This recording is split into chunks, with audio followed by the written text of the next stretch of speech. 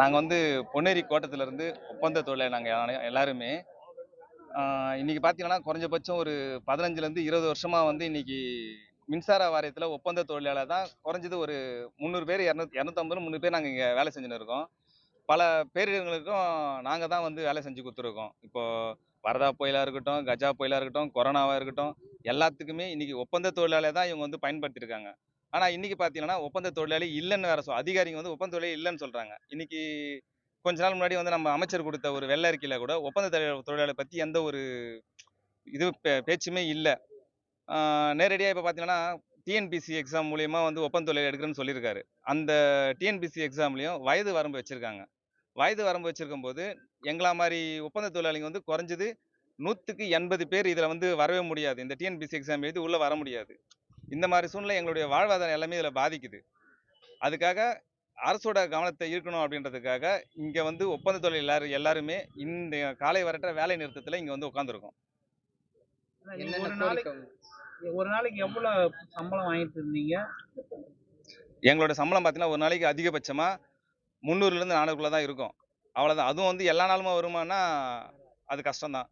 ஏதாச்சும் ஒரு நாள் ஒரு 500 ரூபா வரும். இன்னைக்கு 500 ரூபா வச்சுன்னு எதுவுமே பண்ண முடியாது. அந்த மாதிரி சூழ்நிலை எங்களுக்கு நாளைக்கு வேலை வரும்ன்ற ஒரு நம்பிக்கையோட தான் நாங்கள் இன்னைக்கு வந்து ஒப்பந்த தொழிலாளி இங்கே நாங்கள் கஷ்டப்பட்டு இருக்கோம். என்ன கோரிக்கை? எங்களோட கோரிக்கை பார்த்தீங்கன்னா ஒன்று, இன்னைக்கு எங்களுக்கு வந்து ஒரு சரியான ஒரு ஊதியம் எங்களுக்கு கிடையாது. அந்த ஊதியத்தை அரசே எங்களுக்கு நேராக ஒன்று தரணும். அப்படி இல்லைன்னா எங்களுக்கு வந்து பணி நிரந்தரம் வேணும்.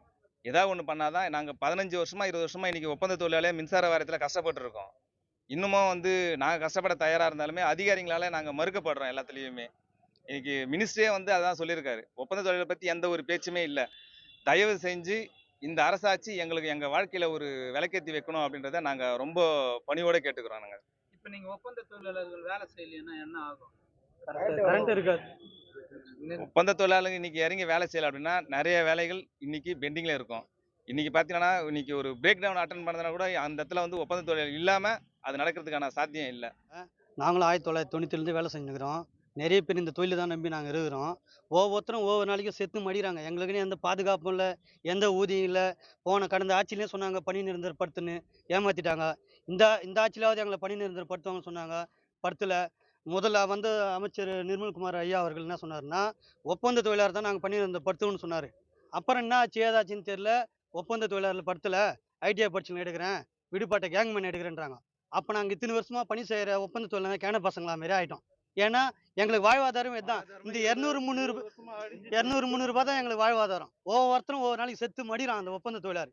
எங்களுக்கு வந்து பணி நிரந்தரப்படுத்தணும்னு மாண்புமிகு முதலமைச்சர் ஐயா விஜய் அவர்களை கேட்டுக்கொள்கிறேன். நன்றி, வணக்கம். தயவு செஞ்சு இந்த ஒப்பந்த உயிர்களை வந்து பணி நிரந்தரப்படுத்துங்க. உங்களை காலில் ஊந்து கேட்டுக்கிறேன் ஐயா.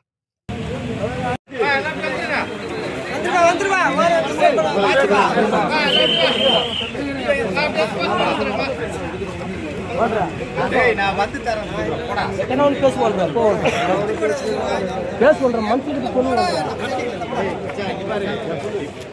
முடிச்சிடலாம்.